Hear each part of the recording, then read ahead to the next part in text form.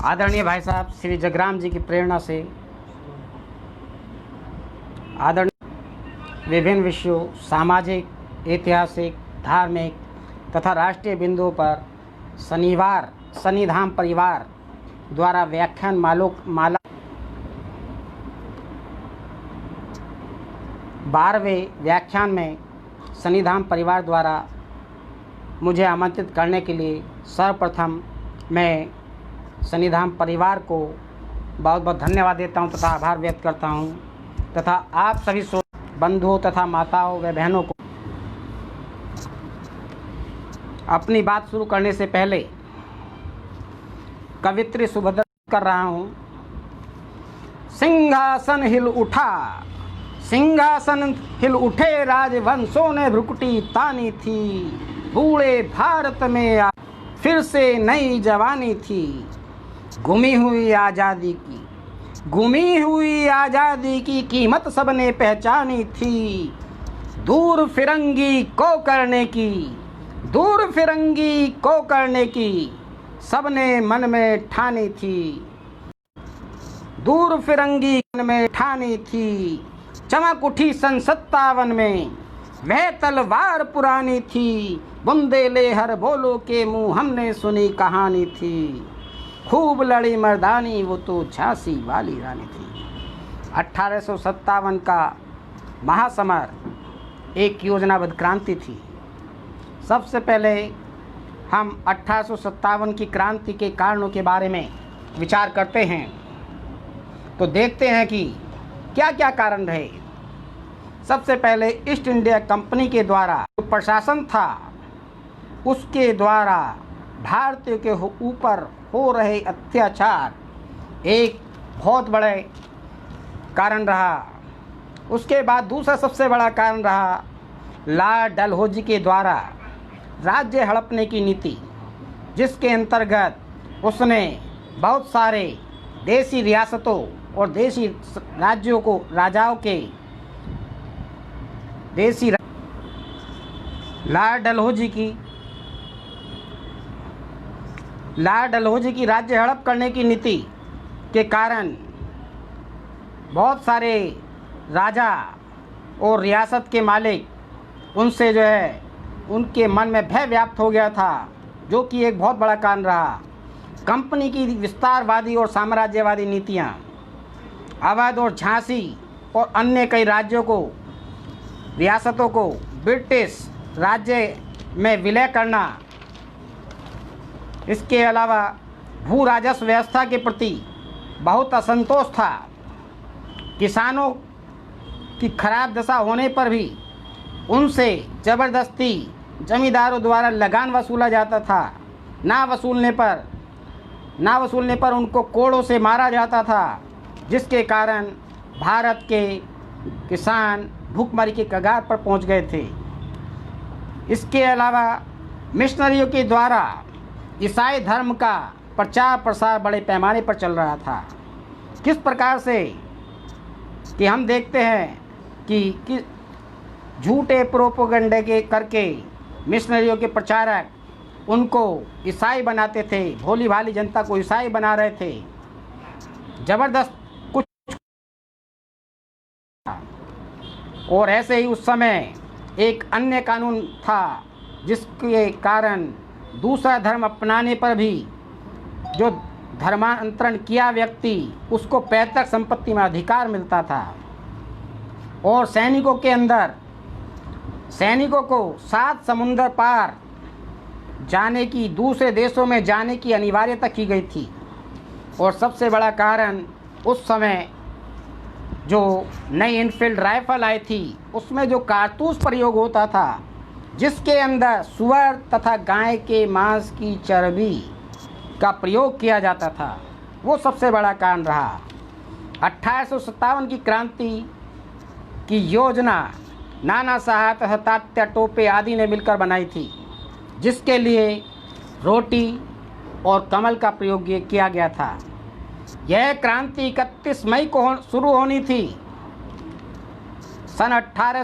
लेकिन सन 1857 के अपने प्रथम भारतीय स्वतंत्रता संग्राम के अग्रदूत मंगल पांडे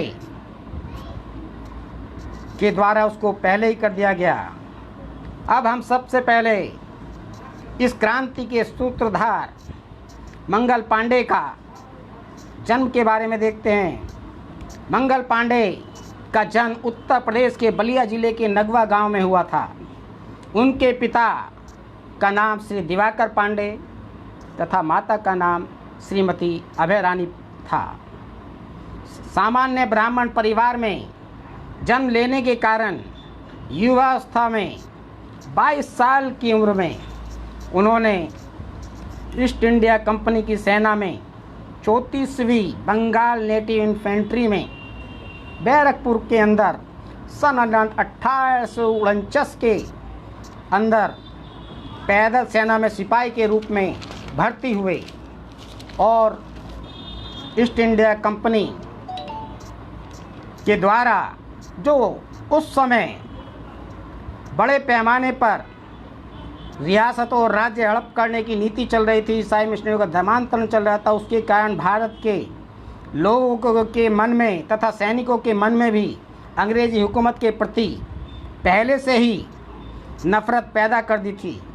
फिर जब कंपनी ने बंगाल की इस इकाई के अंदर एनफील्ड P53 राइफल में नए कारतूसों का इस्तेमाल किया तो मामला और बिगड़ गया।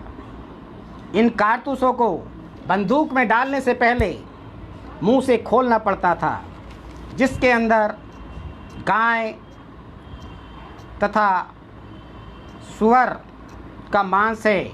ऐसी खबर सैनिकों के बीच फैल गई जिसको कि प्रत्येक हिंदुस्तानी सैनिक ये मानता था, चाहे हिंदू हो या मुसलमान, कि अंग्रेज हमारे धर्म को भ्रष्ट करना चाह रहा है।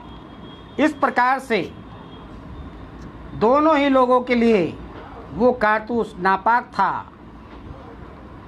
इसकी पड़ताल करने के लिए मंगल पांडे एक व्यक्ति के साथ कलकत्ता में, जहाँ पर वो कारतूस बनता था, उस फैक्ट्री के अंदर गए, जहाँ जाकर उन्होंने देखा कि इसमें गाय की चर्बी का प्रयोग किया जा रहा है,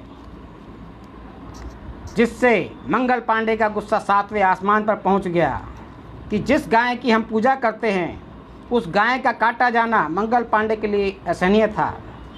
जब परेड हो रही थी तो जनरल ह्यूसन से मंगल पांडे ने 2-3 बार पूछा कि यह जो कारतूस है, क्या इसमें गाय की चर्बी मिलती है? तो ह्यूसन ने कोई जवाब नहीं दिया। इसके पश्चात 9 फरवरी 1857 को जब नया कारतूस देसी पैदल सेना को बांटा गया तो मंगल पांडे ने उसे लेने से मना कर दिया, जिसके परिणाम स्वरूप उसके हथियार छीन लिए जाने तथा वर्दी को उतारने का हुक्म जारी हुआ, जिसके कारण मंगल पांडे ने उस हुक्म को मानने से मना कर दिया। 29 मार्च 1857 को बैरकपुर छावनी में जब मेजर ह्यूसन ने मंगल पांडे की राइफल छीनने के लिए आगे बढ़ा तो उसने जनरल ह्यूसन को गोली मार दी। वो वहीं ढेर हो गया। उसके बाद लेफ्टिनेंट बाग आया तो उसने उसको भी गोली मार दी, लेकिन वो घायल हो गया। उसके पश्चात एक और अंग्रेज आया तो मंगल पांडे ने उसको राइफल की नोक से मार मार कर जो है घायल कर दिया। और वहाँ उपस्थित सभी सैनिकों को आह्वान किया कि जब मैं अकेला 3 अंग्रेज़ों को मार सकता हूँ तो हम तो इतने ज़्यादा हैं, उनसे कहीं ज़्यादा हैं। तो इस प्रकार से थोड़ी देर पश्चात उसने कि मैं कुछ समय पश्चात इनके हाथों पड़ जाऊंगा, तो उसने जो है स्वयं को छाती से सटाकर गोली मारी, लेकिन अंग्रेज सैनिकों के द्वारा उसको पकड़ लिया गया और फिर इलाज कराया गया, जिससे कुछ समय पश्चात मंगल पांडे को पकड़कर कोर्ट मार्शल का मुकदमा उसके ऊपर चलाया गया, जिसमें 6 अप्रैल 1857 को फांसी की सज़ा सुना दी गई। फैसले के अनुसार मंगल पांडे को 18 अप्रैल 1857 को फांसी दी जानी थी, परंतु ब्रिटिश सरकार ने भयभीत होकर मंगल पांडे को निर्धारित तिथि से 10 दिन पहले ही 8 अप्रैल 1857 को फांसी पर लटका दिया। भारत के लोगों में अंग्रेजी हुकूमत के प्रति विभिन्न कारणों से घृणा बढ़ती जा रही थी और मंगल पांडे के फांसी देने के कार्य ने इसमें एक चिंगारी का काम किया। मंगल पांडे के विद्रोह के ठीक 1 महीने बाद 10 मई को मेरठ में सैनिक छावनी के अंदर मेरठ के सैनिकों ने खुला विद्रोह कर दिया और वहाँ से आगे बढ़ते बढ़ते दिल्ली पर जाकर पूरा कब्जा जमा लिया और दिल्ली में बहादुर शाह जफर को अपना शासक घोषित कर दिया, भारत का सम्राट घोषित किया। और इन्होंने बख्त खां को सैनिक नेतृत्व सौंपा, जहां जॉन निकलसन व हडसन ने विद्रोह का दमन किया। इस बगावत और मंगल पांडे की शहादत की खबर फैलते ही अंग्रेज़ों के खिलाफ उत्तर भारत में जगह जगह सैनिक छावनियों के अंदर अलग अलग स्थानों पर संघर्ष भड़क उठा। हम देखते हैं उत्तर भारत की तरफ अगर नज़र दृष्टि दौड़ाएं तो सबसे पहले हमारी नज़र जाती है कानपुर के अंदर। कानपुर में क्रांति का नेतृत्व पेशवा बाजीराव द्वितीय के दत्तक पुत्र नाना साहब, जिनको धुंधु पंथ के नाम से भी जाना जाता है, उन्होंने किया। और उसके साथ साथ उन्हीं के साथ तात्या टोपे ने अंग्रेज़ों के खिलाफ गोरिल्ला युद्ध भी लड़ा। लेकिन कुछ समय पश्चात कानपुर के विद्रोह का दमन जनरल हैवलॉक ने किया। उसके बाद जब हम आगे बढ़ते हैं, लखनऊ से आगे बढ़े तो कानपुर से आगे बढ़ते हैं तो लखनऊ में क्रांति का नेतृत्व बेगम हजरत महल ने किया। उन्होंने अपने नाबालिग पुत्र विजरिस कादर को नवाब घोषित किया। लखनऊ में विद्रोह का दमन करने के लिए कॉलिन कैंपबेल ने पूरा दमन किया। उसके पश्चात बुंदेलखंड में झांसी के शासक गंगाधर राव की मृत्यु के पश्चात उनकी पत्नी रानी लक्ष्मीबाई ने विद्रोह का नेतृत्व किया और तात्या टोपे को मदद लेकर ग्वालियर पर अधिकार कर लिया। उसके संदर्भ में मैं आप सभी को कवित्री सुभद्रा कुमारी चौहान की जो कविता है उसको सुनाना चाहूँगा। बुंदेले हर बोलो के मुँह हमने सुनी कहानी थी, खूब लड़ी मर्दानी वो तो झांसी वाली रानी थी। कानपुर के नाना की मुँह बोली बहन छबीली थी, लक्ष्मी बाई नाम पिता की वह संतान अकेली थी। नाना के संग पढ़ती थी वह नाना के संग खेली थी। बरछी ढाल कृपान कटारी उसकी यही सहेली थी। वीर शिवाजी की गाथाएं उसको याद जुबानी थी, खूब लड़ी मर्दानी वो तो झांसी वाली रानी थी। हुई वीरता की वैभव के साथ सगाई झांसी में, ब्याह हुआ रानी बन आई लक्ष्मीबाई झांसी में। राजमहल में बजी बधाई खुशियाँ छाई झांसी में। सुघट बुंदेलों की विरुदावली सीवे छाई झांसी में। चित्रा ने अर्जुन को पाया शिव को मिली भवानी थी। खूब लड़ी मर्दानी वो तो झांसी वाली रानी थी। उदित हुआ सौभाग्य मुदित, उदित हुआ सौभाग्य मुदित, महलों में उजियाली छाई, किंतु काल गति चुपके चुपके, किंतु काल गति चुपके चुपके काली घटा घेर लाई। तीर चलाने वाले कर में उसे चूड़िया कब भाई, रानी विधवा हुई हाय, रानी विधवा हुई हाय। विधि को भी नहीं दया आई, निसंतान मरे राजा जी, रानी शोक समानी थी। खूब लड़ी मर्दानी वो तो झांसी वाली रानी थी। बुझा दीप झांसी का तब, बुझा दीप झांसी का तब, डल हो जी मन में हर्षाया। राज्य हड़प करने का, राज्य हड़प करने का उसने यह अच्छा अवसर पाया। फौरन फौज भेज दुर्ग पर, फौरन फौज भेज दुर्ग पर, अपना झंडा फहराया। लावारिस का वारिस बनकर, लावारिस का वारिस बनकर ब्रिटिश राज झांसी आया। अश्रुपूर्ण रानी ने देखा, अश्रुपूर्ण रानी ने देखा, झांसी हुई वीरानी थी। खूब लड़ी मर्दानी वो तो झांसी वाली रानी थी। कुटियों में थी विषय वेदना, कुटियों में थी विषय वेदना, महलों में आहत अपमान। वीर सैनिकों के मन में था अपने पुरखों का अभिमान। नाना धुंधु पंत पेशवा जुटा रहे थे सब सामान, नाना धुंधु पंत पेशवा जुटा रहे थे सब सामान। बहन छबीली ने रणचंडिका का कर लिया प्रकट आह्वान।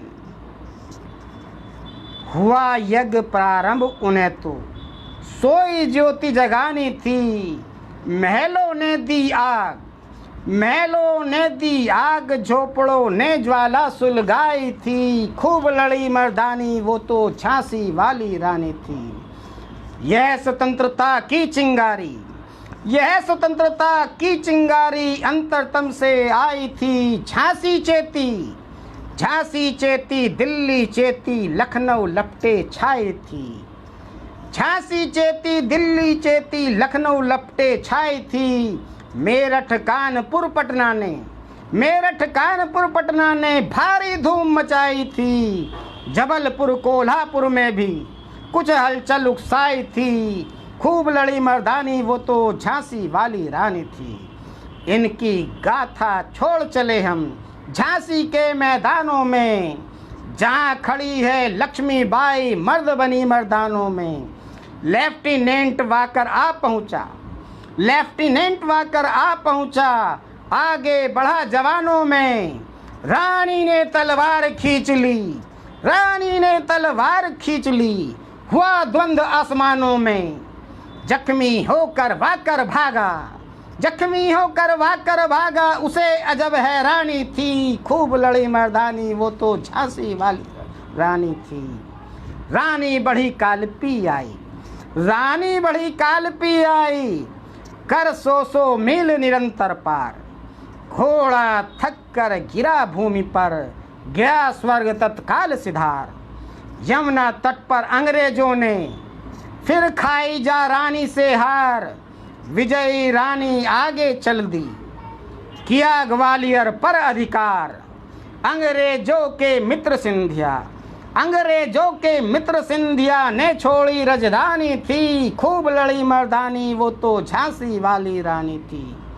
विजय मिली पर अंग्रेजों की, विजय मिली पर अंग्रेजों की, फिर सेना घिर आई थी। अब के जनरल स्मिथ सम्मुख था, अब के जनरल स्मिथ सम्मुख था। उसने मुँह की खाई थी। कान्हा और मंदिरा सखिया, कान्हा और मंदिरा सखिया रानी के संग आई थी। युद्ध क्षेत्र में उन दोनों ने भारी मार मचाई थी। पर पीछे ही रोज आ गया, पर पीछे ही रोज आ गया। हाय घिरी अब रानी थी, खूब लड़ी मर्दानी वो तो झांसी वाली रानी थी। तो भी रानी मार काट कर चलती बनी सैन्य के पार, किंतु सामने नाला आया था वह संकट विषम अपार। घोड़ा अड़ा नया घोड़ा था, इतने में आ गए सवार। रानी एक शत्रु बहु तेरे, होने लगे वार पर वार। घायल होकर गिरी सिंहनी, उसे वीर गति पानी थी। खूब लड़ी मर्दानी वो तो झांसी वाली रानी थी। रानी गई सिधार चिता, अब उसकी दिव्य सवारी थी। मिला तेज से तेज की वह सच्ची अधिकारी थी। अभी उम्र केवल 23 की थी, मनुज नहीं अवतारी थी। हमको जीवित करने आई, बन स्वतंत्रता नारी थी। दिखा गई पथ सिखा गई, हमको जो सीख सिखानी थी। खूब लड़ी मर्दानी वो तो झांसी वाली रानी थी। इसके पश्चात हम आगे बढ़ते हैं। बुंदेलखंड के बाद इलाहाबाद की तरफ हम जाते हैं तो इलाहाबाद में देखते हैं कि इलाहाबाद के अंदर क्रांति का नेतृत्व मौलवी लियाकत अली ने किया और उस विद्रोह का दमन कर्नल नील ने किया। उससे आगे बढ़ते हैं तो बरेली क्षेत्र में रुहेलखंड क्षेत्र के अंदर खान बहादुर खान ने स्वयं को रुहेलखंड का नवाब घोषित कर दिया, जिसका दमन करने के लिए कालीन कैंपवेल आए। बिहार में क्रांति का नेतृत्व कुंवर सिंह ने किया। इस प्रकार 20 सितंबर 1857 को अंग्रेजों ने दिल्ली पर वापस अधिकार कर लिया और बहादुर शाह जफर को बंदी बनाकर रंगून भेज दिया। 7 नवंबर 1862 को रंगून के अंदर बहादुर शाह जफर की मौत हो गई। तो इस प्रकार हम देखते हैं कि जो 1857 का महासमर था, जिसको वीर विनायक दामोदर सावरकर ने भारतीय स्वतंत्रता का प्रथम इतिहास की संज्ञा दी, वह बहुत ही अच्छा रहा। लेकिन मेरी राय में एक छोटी सी गलती के द्वारा, मंगल पांडे की एक छोटी सी गलती कि केवल धैर्य न धारण करना, अर्थात समय से पहले 31 मई का जो समय निश्चित था उससे पहले ही धैर्य न धरने के कारण उसने अंग्रेज जनरल ह्यूसन को मार डाला, जिसके कारण वहाँ बगावत हुई और हम जो विद्रोह 31 मई को एक साथ होने वाला था, वह विद्रोह 90 साल के बाद होने के कारण हम 90 साल पीछे हो गए। हमें आज़ादी 90 साल बाद प्राप्त हुई। इसलिए मैं कहना चाहता हूँ कि युवाओं को जोश में होश नहीं खोना चाहिए। यदि पूरी योजना के अनुसार एक ही दिन सभी स्थानों पर क्रांति हुई होती तो अंग्रेज उसे कुचल नहीं पाते। तो इस प्रकार से हम देखते हैं कि पूरे देश के अंदर जो 1857 का क्रांति हुई, तो उस क्रांति के अंदर जो दूसरी भूल रही हमारे यहाँ के राजाओं की, स्थानीय राजाओं की, जिन्होंने अंग्रेज़ों का साथ दिया, जिसमें सिंधिया परिवार विशेष रूप से, उस समय के ब्रिटिश गवर्नर जनरल कैनिंग कहता है कि यदि इस समय सिंधियाओं ने हमारा साथ नहीं दिया होता तो इतनी जोर की आंधी आई थी, इतनी जोर का तूफान आया था कि एक झटके में कंपनी राज को उड़ा ले जाता, कंपनी राज भस्म कर देता, कंपनी राज समाप्त हो जाता। तो इस प्रकार से कुछ गलतियां हमारे भारतीय राजाओं की भी रही, जिन्होंने अपने व्यक्तिगत हितों के कारण, खोखले क्षेत्रवाद के कारण हम पिछड़ गए, हम 90 साल पीछे चले गए। तो इस प्रकार से हम देखते हैं कि पूरे देश के अंदर ये जो 1857 का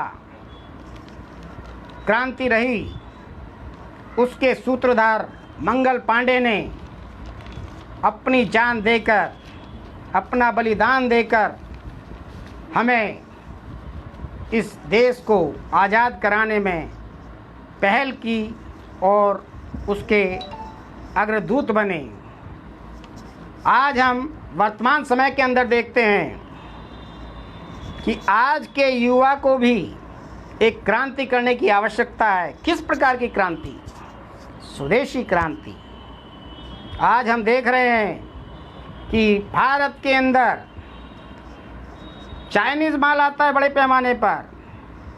भारत के अंदर जो युवा शिक्षित होता है, बीटेक करता है, एमटेक करता है, लेकिन जाकर नौकरी कहाँ करना पसंद करता है? अमेरिका में, अलग अलग विदेश के अंदर नौकरी करना पसंद करता है। क्यों? उसके अंदर स्वयं का भाव हमें जागृत करना होगा, जिससे कि वो अपने देश के अंदर ही अपने दिमाग का प्रयोग कर सके, अपनी सारी शक्तियों के द्वारा नए नए रोजगारों का सृजन कर सके, सैकड़ों युवाओं को रोजगार दे सके। हमारे प्रधानमंत्री श्री नरेंद्र मोदी जी भी कहते हैं कि make in India, made in India, made by India. तो इसलिए हमें दोबारे से अपनी उसी प्राचीन पद्धति पर जाना होगा, जिसको कि अंग्रेज़ों के द्वारा समाप्त किया गया योजनाबद्ध तरीके से। हम देखते हैं कि सन 1934 से 38 तक और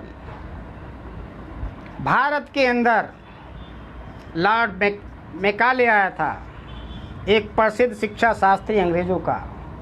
17 साल भारत के अंदर रहा।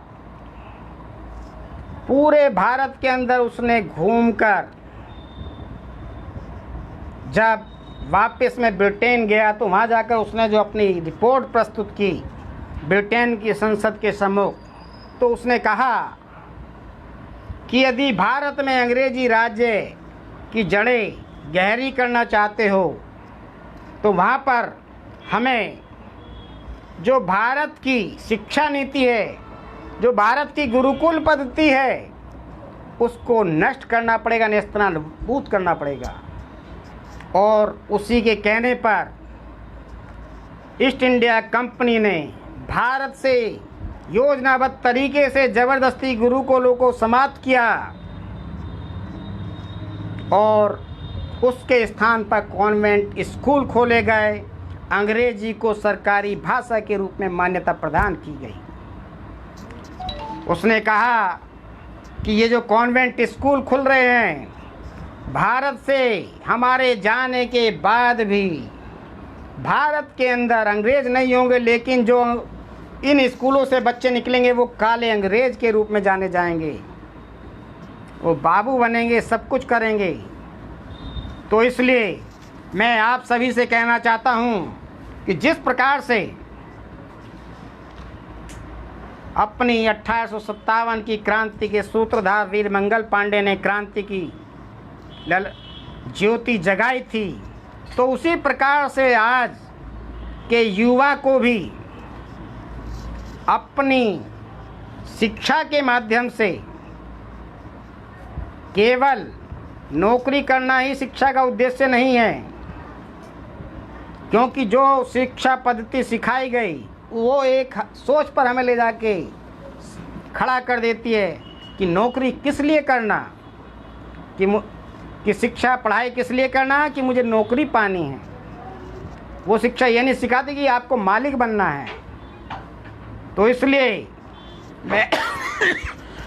मैं आप सभी से कहना चाहूँगा कि हम सभी जो अपनी शिक्षा जो भी हम लेते हैं उसके माध्यम से 10 लोगों को रोज़गार दे सकें, सैकड़ों लोगों को रोज़गार दे सकें, मालिक बने, नौकर नहीं बने, मालिक बने, 10 लोगों को रोज़गार दें, जिससे भारत से बेरोज़गारी की समस्या समाप्त हो।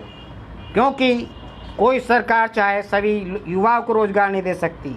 इसके लिए हमें अपने अंदर ही परिवर्तन लाना होगा, अपने देश के अंदर स्वयं को जगाना होगा, अपने स्वयं को जगाना होगा, जिससे आज का युवा जो हमारे प्राचीन जितने भी कार्य थे उन सभी को, जो कि आज विदेशी कंपनियों के पास धीरे धीरे निजीकरण के द्वारा जाते जा रहे हैं, उनको हम रोक सकें। घरेलू उद्योग धंधे हमें स्थापित करने होंगे। तो इस प्रकार से हमारे युवा को लोकल को वोकल बनाना होगा, लोकल को ब्रांड बनाना होगा। उसके लिए मैं आप सभी युवाओं से पुनः एक बार निवेदन करते हुए अपनी वाणी को विराम देता हूँ। भारत माता की जय। फिनिश।